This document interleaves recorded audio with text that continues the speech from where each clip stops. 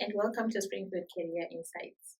Tonight, we turn to the silent wounds behind the uniform, the emotional toll of service in Africa's security forces. From moral injury to institutional neglect, we confront the psychological cost of duty in systems that rarely debrief, rarely heal, and rarely acknowledge.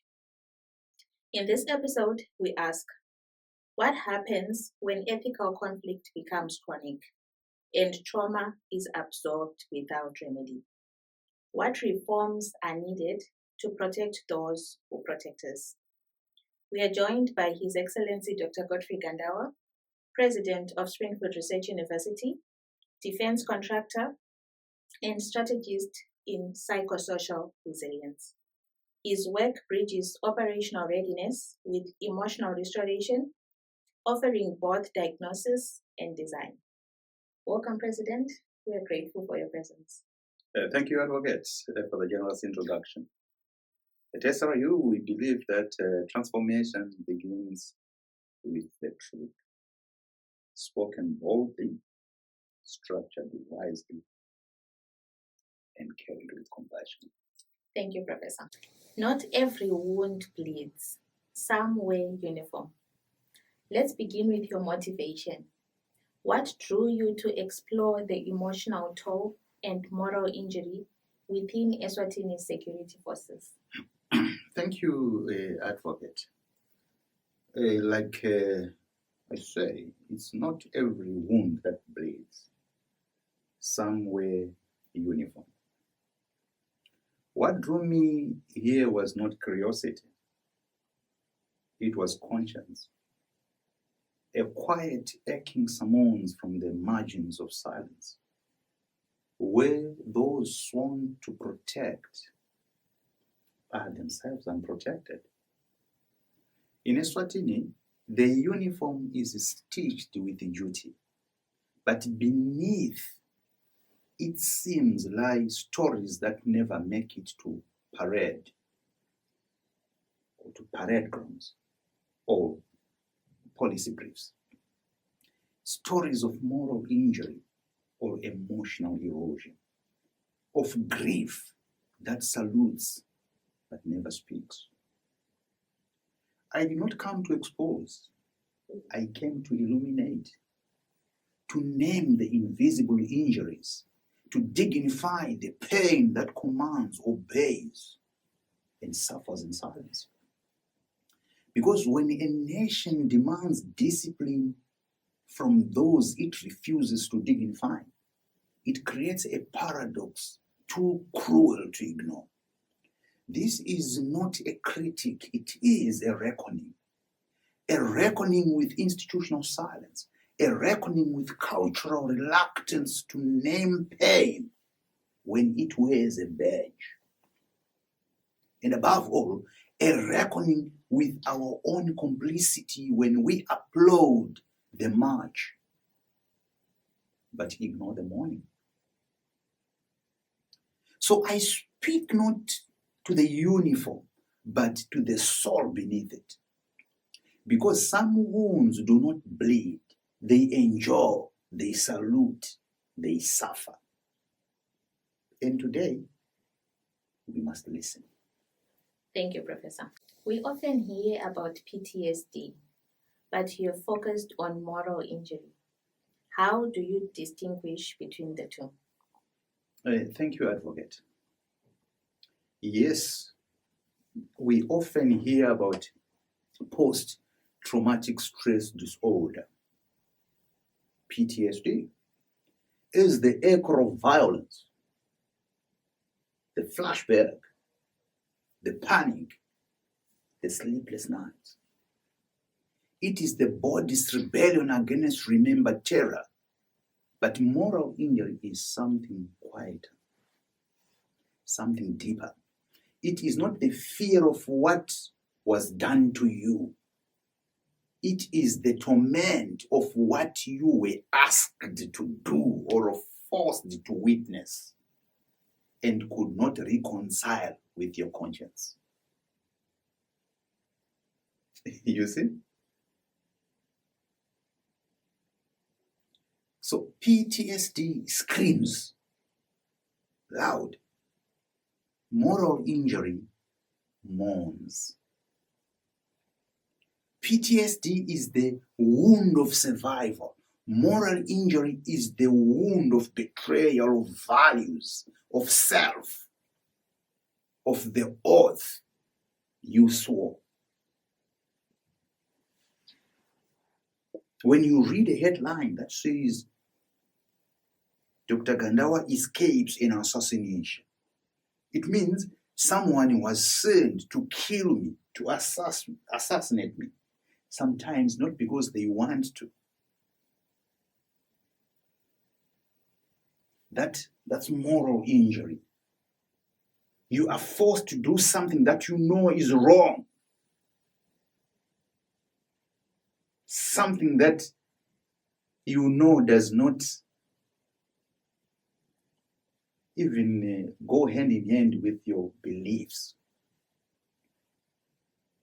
So in Eswatini security forces, I have seen men wounded not by bullets, but by decisions, by orders they carried out that fractured their moral compass, by silence that they were forced to keep, by dignity they were asked to deny.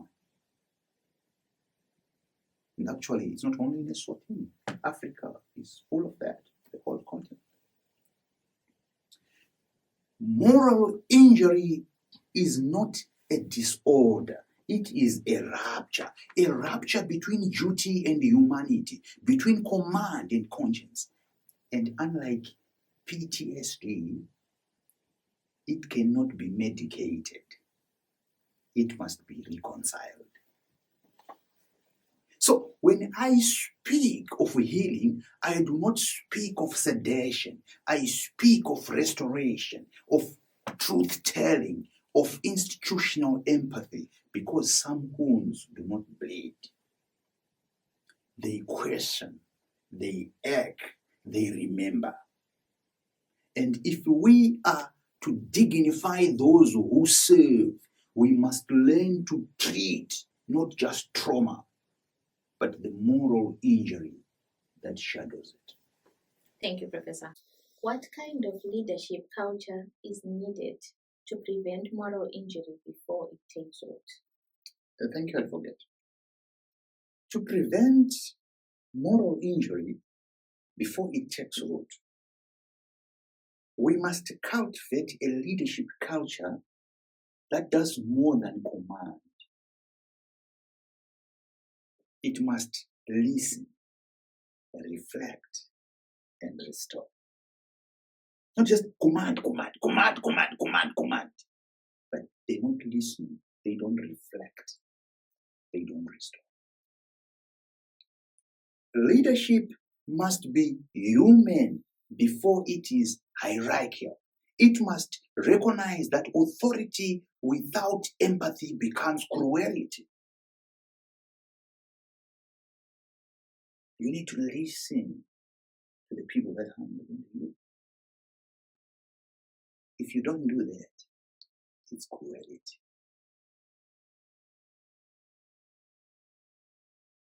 It becomes what? Cruelty in uniform.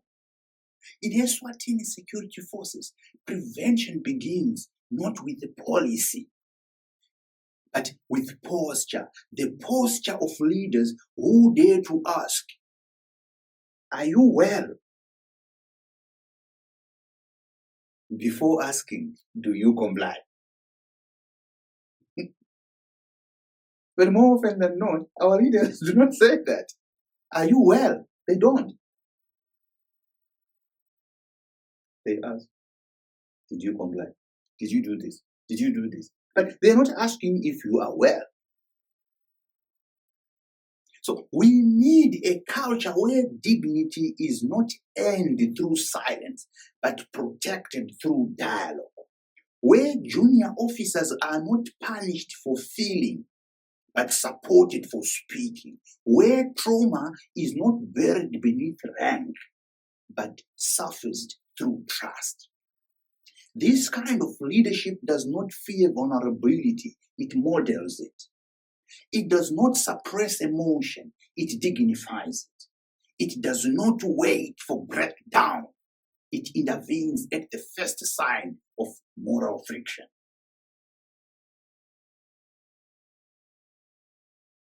You see it, you intervene.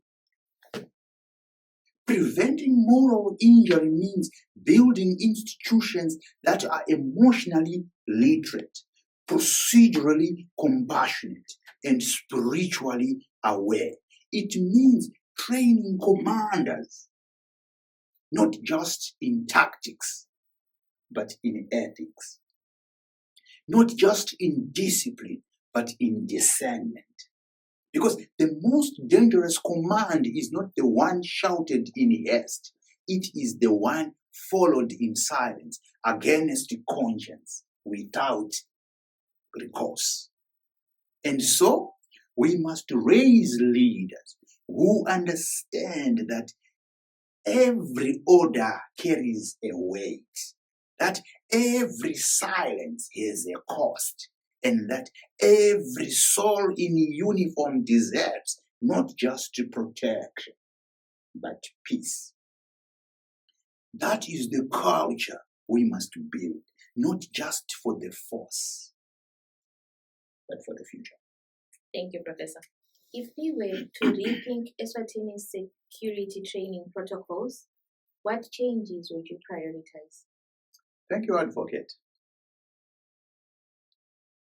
If we were to rethink Eswatini or Africa's security training protocols, the first change I would prioritize is not tactical,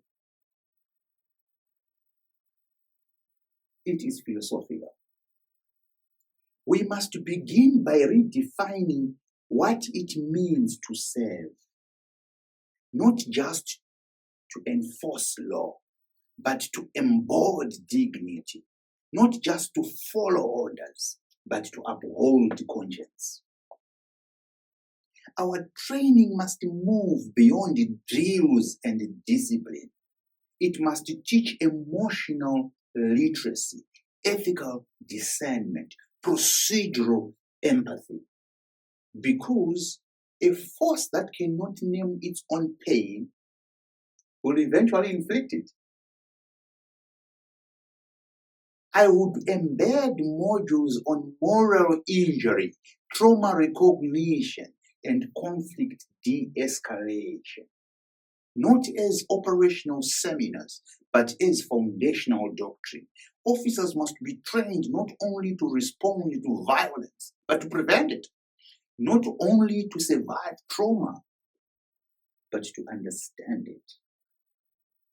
We must also recalibrate the language of command, replace fear-based obedience with trust-based leadership. Teach that authority is not the absence of vulnerability, but the stewardship of it.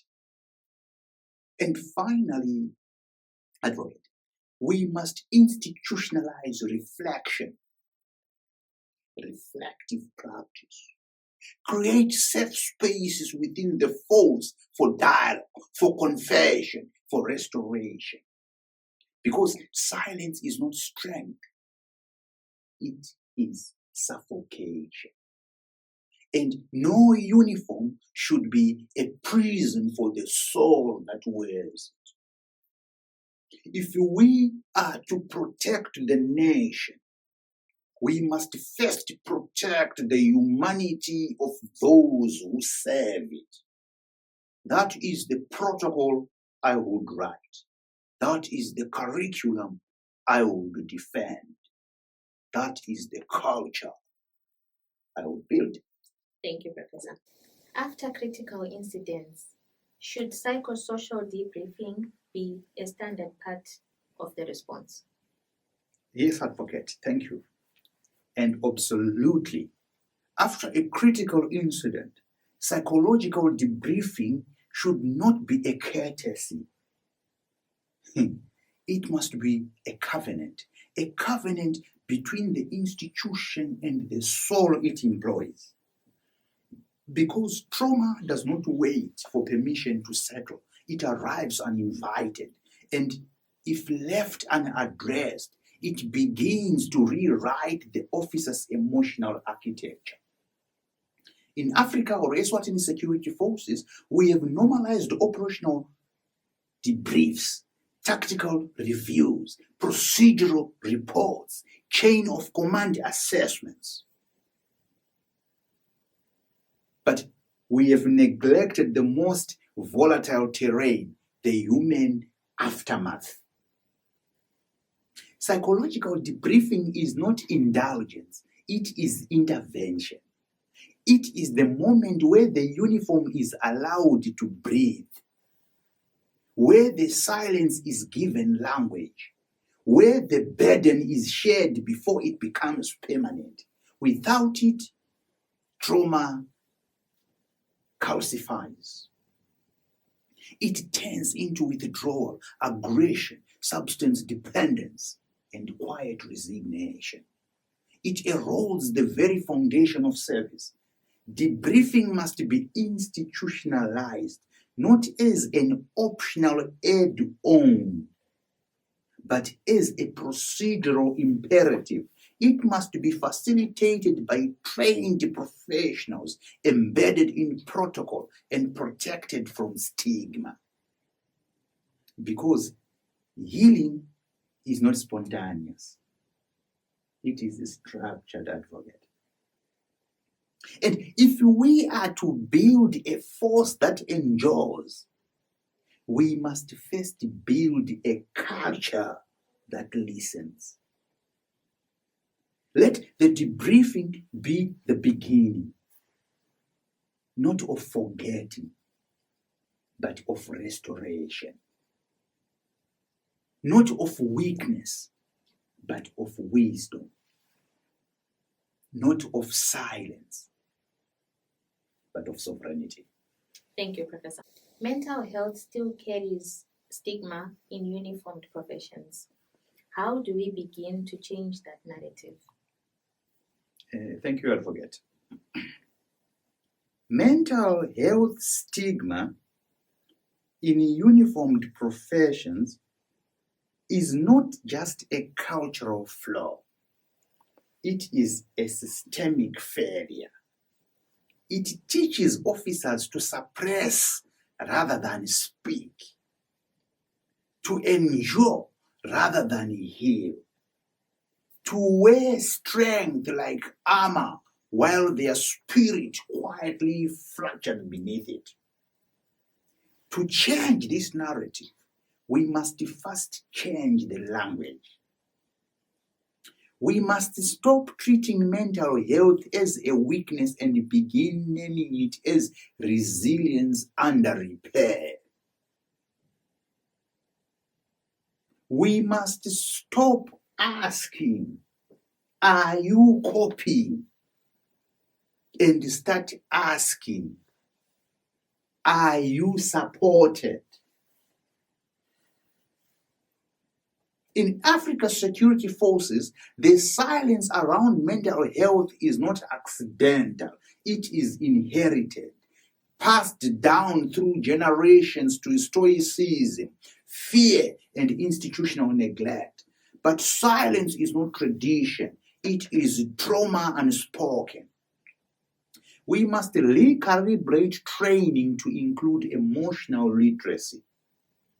We must elevate officers who speak out, not as exceptions, but as examples.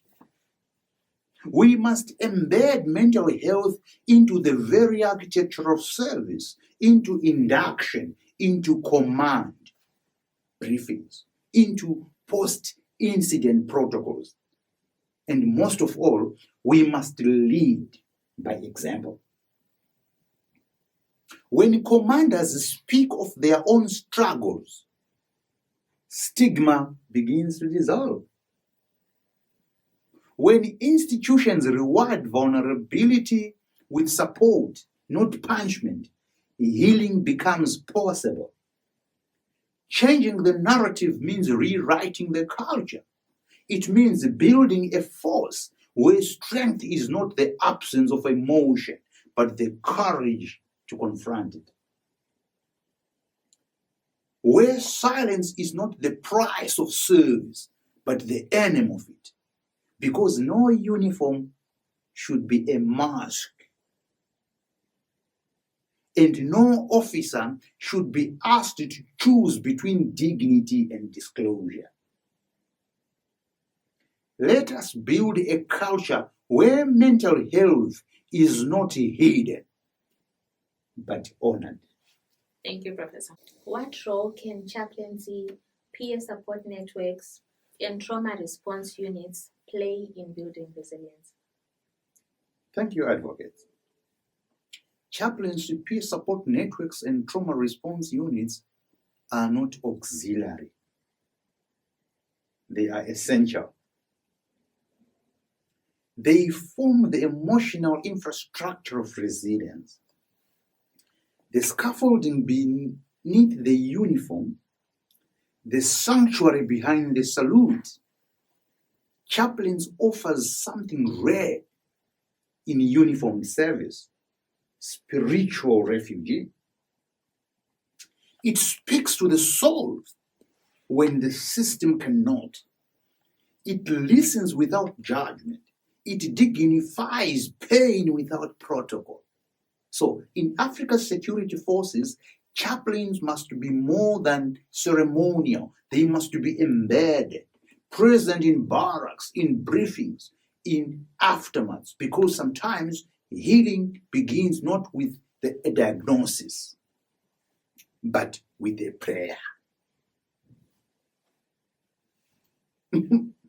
So, if I may say something, they will tell you, yes, we have a chaplain in the police, we have a chaplain in the army, we have a chaplain in the prison services. But if you look at what they do, they are more active in funerals, in and so on. They are not assisting the officers that need help, who are still living.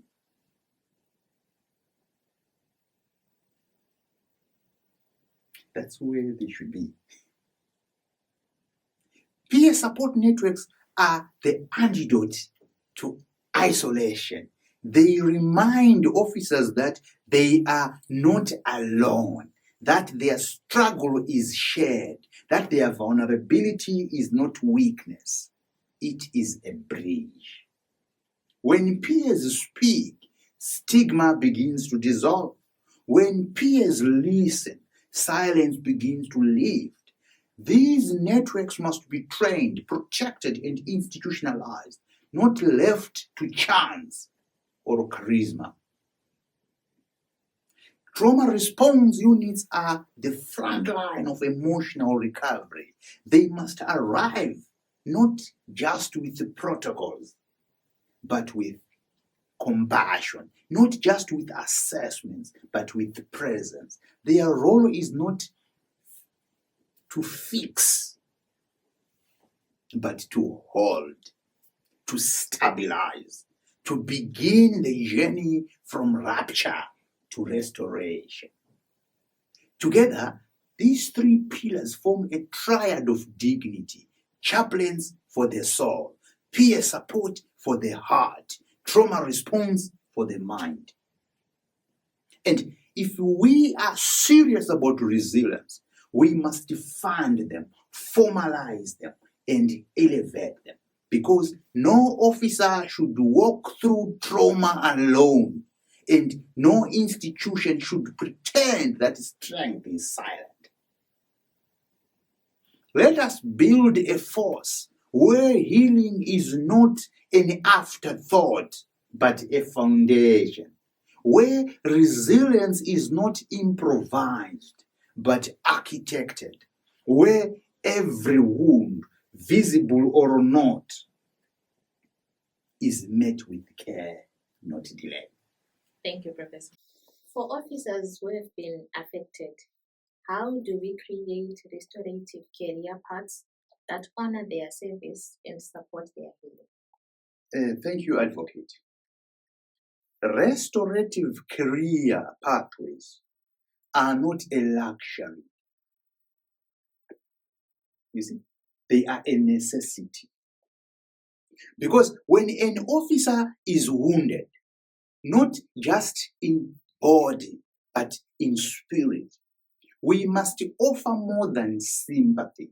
We must offer structure. We must offer dignity. We must offer a way forward. To honor their service, we must first acknowledge their suffering, not as a blemish on their record, but as a badge of endurance. Their trauma is not a disqualification, it is a testament.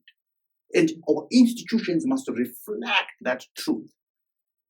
We begin by redesigning roles that accommodate healing, create positions in mentorship, training, community liaison, and policy reform. Spaces where lived experience becomes institutional wisdom.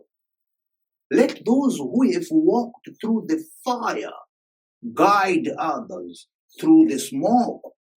We must also recalibrate promotion criteria, reward emotional intelligence, recognize resilience, elevate those who have enjoyed, not just those who have excelled. And we must embed psychological support into every transition. No officer should be forced to choose between healing and employment, between silence and survival, between dignity and dismissal. Restorative pathways mean building careers that bend toward compassion, that allow officers to re-enter the force not as broken, but as reborn. That treat trauma not as an end point, but as a turning point. Because when we restore the wounded, we do more than heal the individual. We heal the institution. We heal the culture. We heal the narrative. So I said, let Eswatini be the blueprint, where service is honored, where healing is structured, where no soul in uniform is left behind. Thank you, Professor. What's the broader cost, socially and institutionally, of ignoring emotional fatigue in national security? Thank you, Advocate. The cost of ignoring emotional fatigue in national security is not abstract. It is catastrophic. It is paid in fractured institutions, disillusioned officers, and a public that no longer trusts the hand that guards it. Socially, we begin to see the erosion of empathy. Officers become detached from the communities they serve. Interactions grow colder. Responses grow harsher. And the uniform, once a symbol of protection, becomes a mask of emotional exile. Families suffer. Relationships collapse. Children grow up fearing the very parent who once stood for safety. And the community begins to mirror the trauma of its protectors. Suspicion, silence, and simmering unrest. Institutionally, the cost is even more insidious. Morale declines, retention plummets. Recruitment becomes desperate, not discerning. And the force begins to hollow from within, competent but not compassionate, trained but not trusted. Operational errors increase. Command decisions lose clarity. And the institutions begins to mistake obedience for wellness, silence for strength, and burnout for bravery. But perhaps the greatest cost is this: we lose the soul of service. We lose the humanity that makes protection noble. We lose the dignity that makes discipline sustainable. Emotional fatigue is not a private burden. It is a public risk. And if we do not address it, we do not just fail our officers, we fail our nation. Let Eswatini lead with courage. Let our security forces be not just strong, but whole. Not just trained, but healed.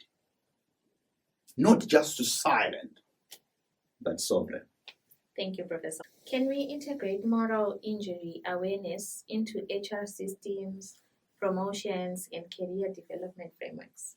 Thank you, Advocate. We must. Not as an experiment, but as an ethical imperative. Moral injury awareness cannot remain confined to clinical literature or a post-incident reflection. It must be woven into the very architecture of institutional life, into human resources systems, promotion criteria, and career development frameworks. Because if we fail to recognize the emotional cost of service, we risk rewarding silence over integrity, compliance over conscience. In Eswatini or Africa Security Forces, human resources must evolve from administration to restoration. It must track not just performance, but emotional exposure. Not just attendance, but ethical strain. Not just rank, but resilience. Promotions must reflect more than operational success. They must honor those who have endured moral complexity without losing their humanity. They must elevate officers who have faced ethical dilemmas and chosen dignity, even when it cost them comfort.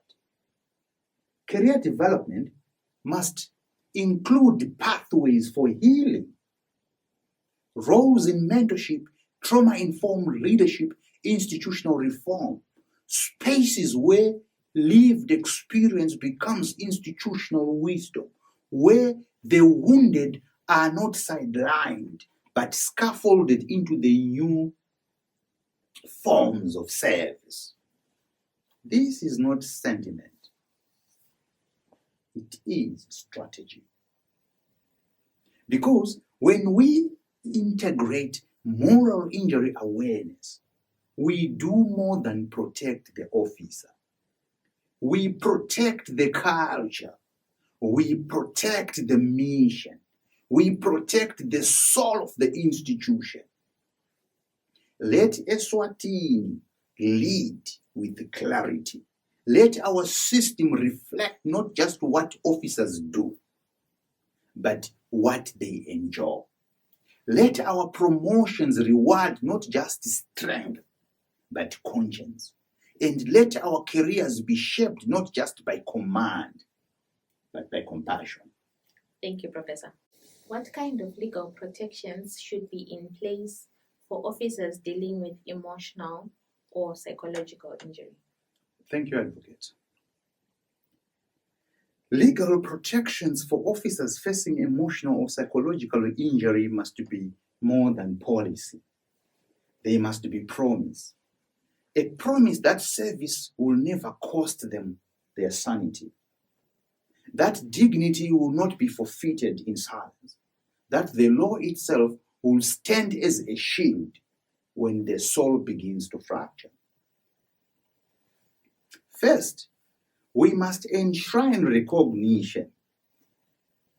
Emotional and psychological injuries must be formally acknowledged within Eswatini's legal framework, not as secondary afflictions, but as legitimate occupational hazards. The law must name them, define them, and protect those who suffer from them. Second, we must guarantee access. Officers must have the legal right to trauma-informed care, psychological support, and mental health leave without fear of demotion, dismissal, or reputational harm. Confidentiality must be protected. Treatment must be funded. Recovery must be dignified. Third, we must legislate non-discrimination. No officer should be penalized, sidelined, or denied promotion due to a history of psychological injury. The law must prohibit stigma in all its institutional forms, whether in recruitment, deployment, or advancement. Fourth, we must embed recourse. Officers must have clear, accessible legal pathways to report emotional harm, whether caused by operational trauma, institutional neglect, or command abuse. These pathways must be independent, protected, and restorative. And finally, we must institutionalize reintegration. The law must support restorative career pathways for those recovering from injury. Roles in mentorship, training, policy reform, or community engagement. Healing must not mean exile. It must mean evolution. Because if the law cannot protect the soul of the officer, then it has failed its highest duty. Let Eswatini lead with courage. Let our statutes reflect not just discipline, but compassion. Let our legal system become a sanctuary, not for justice, but for healing. Thank you, Professor. Operational readiness is critical, but how do we balance that with the need for psychological safety? Thank you, Advocate. Operational readiness is indeed critical. It is the spine of national security. The precision, the preparedness, the discipline that holds the line. But a spine without a soul is brittle. And readiness without psychological safety is not resilience. It is risk. We must reject the false binary that says you can either be strong or be safe. In truth, the most enduring strength is born from emotional stability, from clarity of mind, from institutions that protect not just the mission, but the mental health of those who carry it. Balancing readiness with psychological safety begins with designing systems that breathe. Training must include decompression. Deployment must include reflection. Command must include compassion. We must normalize emotional check-ins as part of operational briefings. We must embed trauma-informed leadership into promotion pathways. We must ensure that every officer knows your well-being is not a distraction, it is a directive. Because when psychological safety is present, readiness becomes sustainable. Decisions are sharper. Team cohesion is stronger. And the force becomes not just reactive, but responsive. In Eswatini, let us lead with a new doctrine that the mind is mission critical, that silence is not strength, and that no officer should be asked to sacrifice their sanity for the illusion of preparedness. Let our readiness be rooted in restoration. Let our discipline be dignified by empathy. And let our security be shaped not just by force, but by humanity. Thank you, Professor. For those officers suffering in silence, what message would you want them to hear today? Thank you, Advocate. To every officer suffering in silence, this is your summons, not to duty, but to dignity. You are not weak. You are not broken. You are not alone.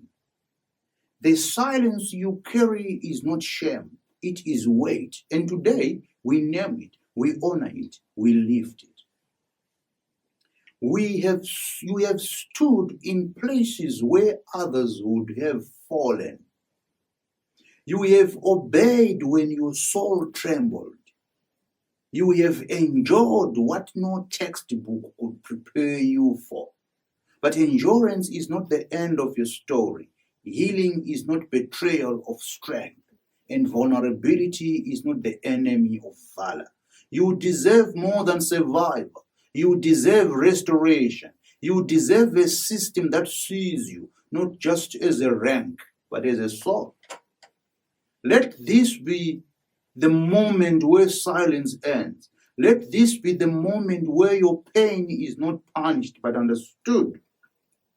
Let this be the moment where your service is not just remembered but redeemed. You are not invisible. You are not forgotten. You are the reason we must reform. And today we speak your name, not with pity but with pride. Because some wounds do not bleed. They serve, they protect, they wait for someone to listen. We are listening now, and we will not stop. Thank you, Professor. How do we equip commanders and senior officers to recognize and respond to signs of moral injury in their teams? Thank you, Advocate. We equip commanders and senior officers not merely with tools, but with transformation. Because recognizing moral injury is not a matter of training alone. It is a matter of awakening. First, we must recalibrate the lens of leadership. Commanders must be taught to see beyond compliance, to read silence as signal, to interpret withdrawal not as defiance, but as distress. This begins with education, structured, mandatory modules on trauma, moral injury, and emotional fatigue, not as footnotes in leadership manuals, but as core doctrine. Officers must learn the language of suffering, the signs of rupture, the ethics of intervention.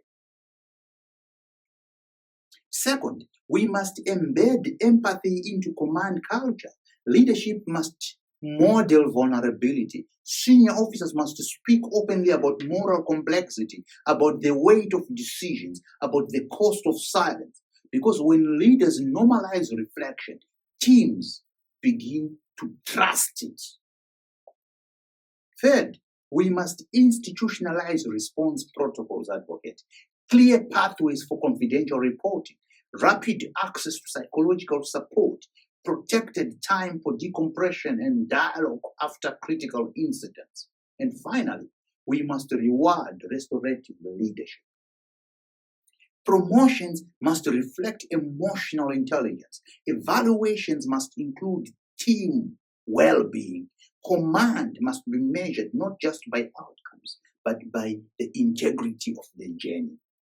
So in Eswatini, let us raise a generation of commanders who do not just lead missions, but steward souls, who do not just enforce discipline, but embody discernment, who do not just issue orders, but offer refuge.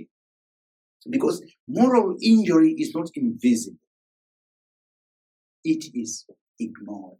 And the cure begins with leadership that dares to see.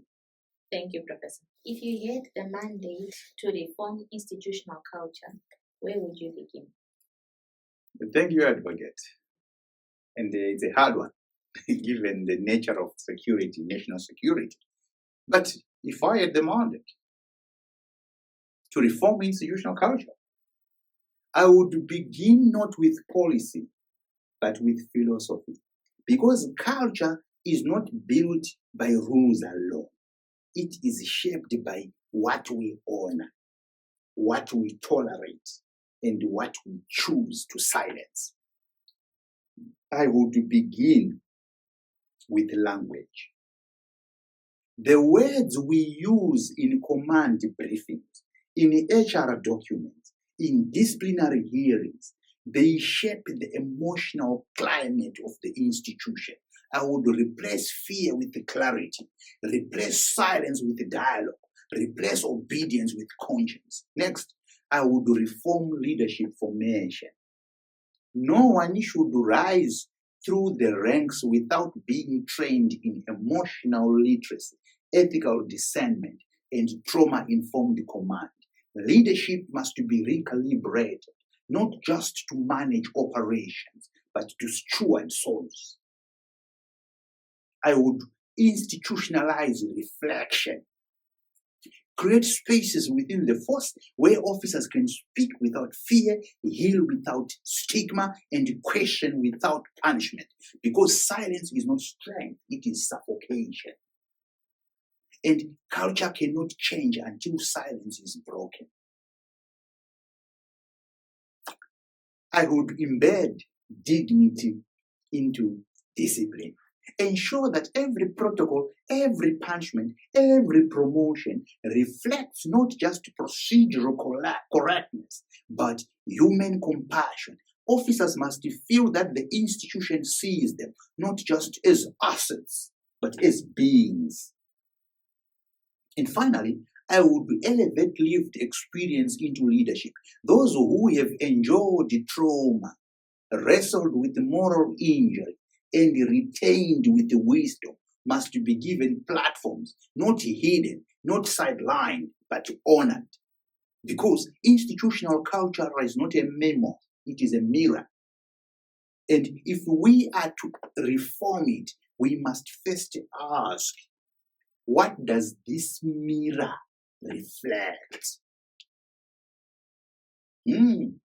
Let it reflect courage. Let it reflect compassion. Let it reflect a force that does not just protect the nation, but dignifies those who serve it. Thank you, Professor. Are there international models or best practices that Eswatini could adapt to its own context? Yes, Advocate.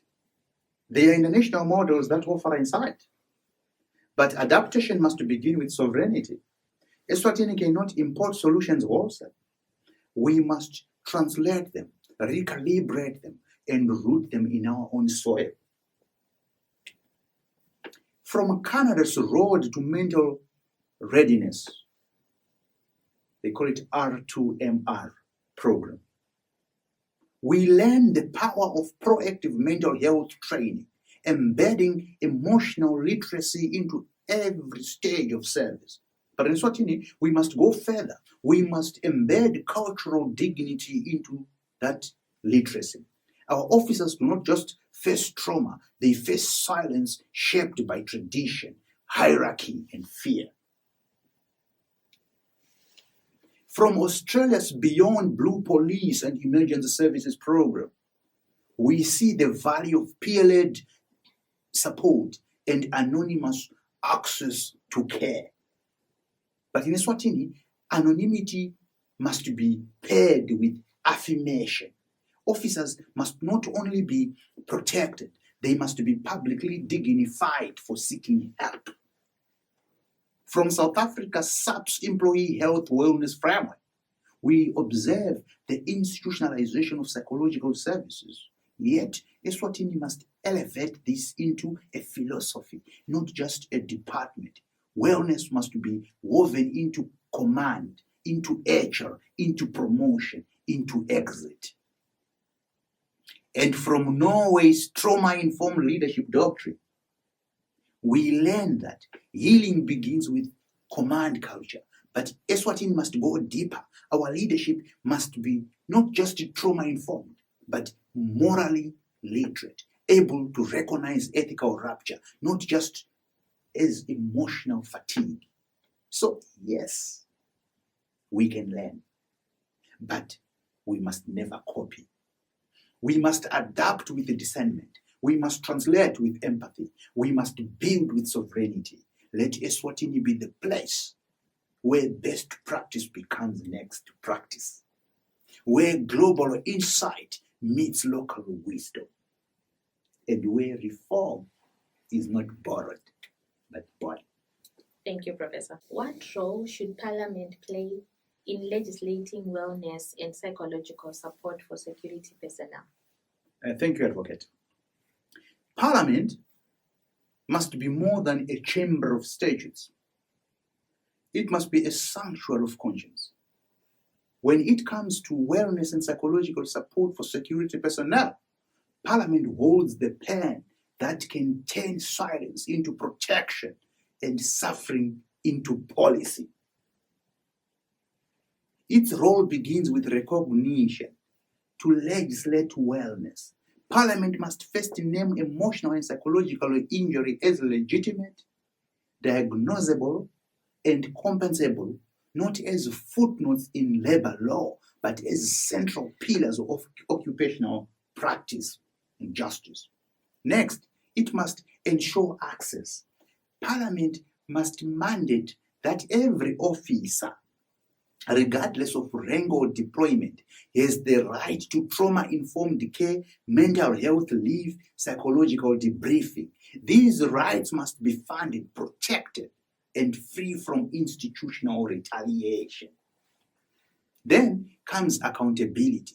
Parliament must establish oversight mechanisms to ensure that wellness protocols are not just written, but lived, that commanders are trained, that HR systems are responsive, that silence is not rewarded but dismantled. It must also legislate reintegration pathways for officers recovering from injury. Parliament must create frameworks for restorative roles, mentorship, policy reform, community engagement, so that healing becomes a continuation of service, not any exile from it. And finally, Parliament must enshrine dignity in law. Because when the law protects the soul of the officer, the institution begins to heal. When the law listens, the culture begins to shift. And when the law leads, the nation begins to remember that strength is not silence, it is restoration. Let Eswatini's Parliament rise not just as a legislative body, but as a moral compass. Let it write statutes that do not just govern, but redeem.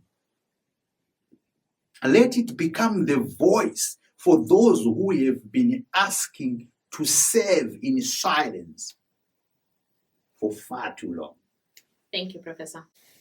If you were designing a national moral injury framework, what foundational elements would you include? Thank you, Advocate. If I were designing a national moral injury framework, I would begin not with bureaucracy, but with humility. Because moral injury is not a clinical abstraction. It is a rupture in the soul of service, and our framework must be built to restore what silence has broken.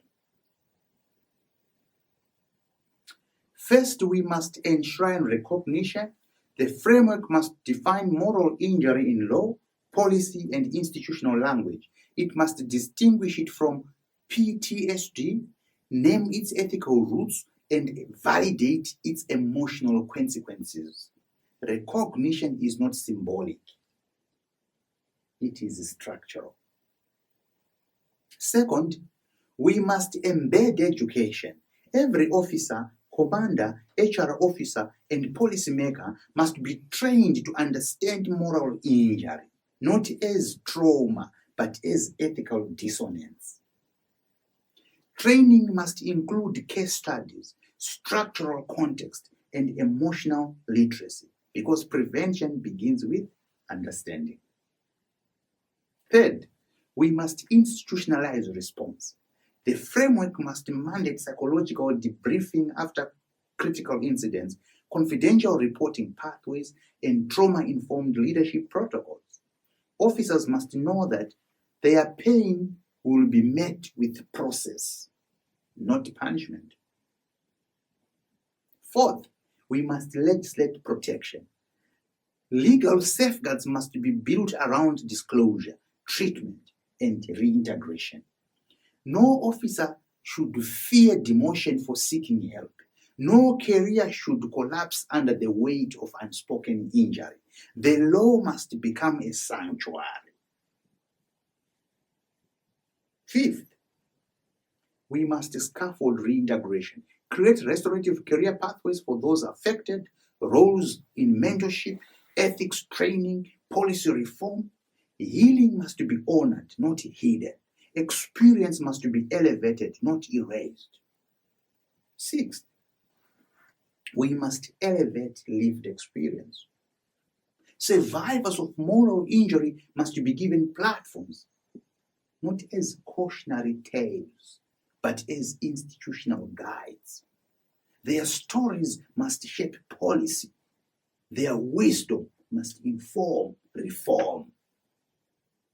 And finally, we must embed dignity at every level: command, curriculum, legislation, public discourse. The framework must reflect one truth: that service does not require silence, and healing does not diminish honor. Let Eswatini lead with a framework that does not just respond to injury, but redefines how we protect those who protect us. Let it be a blueprint for restoration, a doctrine for conscience, a covenant for care. Thank you, Advocate, for having me. Thank you, President, for giving voice to the wounds that uniforms conceal. Your synthesis of emotional architecture and institutional reform reminds us that healing is not a luxury, it is a duty. And that moral injury must be named before it can be mended. To our audience, if you are ready to embed psychosocial resilience into command culture, to restore dignity to service, and to credential emotional literacy as a leadership imperative, Springfield Research University awaits you.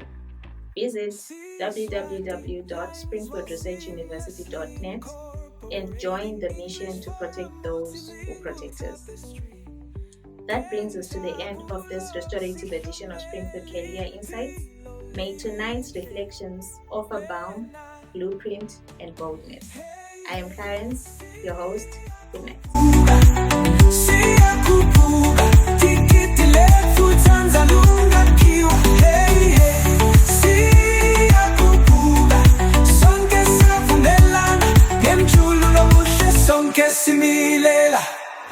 Hey, hey, siyakupuga, tikitile futanza lunga kiwa. Hey, hey, hey, siyakupuga, sonke siyavumelana, gemjulu lomuhle sonke simi.